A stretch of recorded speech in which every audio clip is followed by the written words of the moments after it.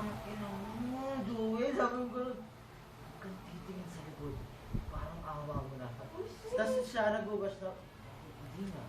Bakit? Ang ina mo, gago, huwag kang titingin. Sabi ko gano'n. Pagbukas ko nung yung kandila, nakabukas sa reflection, tapos lumuluwa ako talaga. Sabi ko, sabi mo, Joel, natutulog tayo. Sabi mo, pagtingin niyang gano'n, alam mo nung pagtingin niya, alam mo kung ano yung nakita namin? Dalawa na, nakagano'n ako sa... Gago, seryoso! Alam mo ginawa namin? Tinapon namin pingat, tumakbo kami magpunta sa mga prison ko. E di nakagano'n. E di, sisigaw kami, babae nakagano'n. Sumigaw ka? Sumigaw ako, sobrang...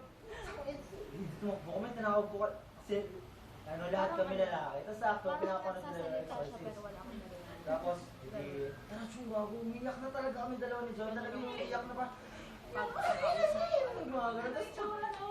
Wala siya mukha. Tapos after nun, nung pagsilip namin, alam mo yung tsura naman niya. Parang far view ng babae na nakagano. Lahat kami nakita namin.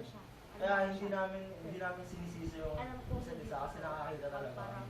Tapos yung pala nalaman namin, doppelganger siya ng lola niya.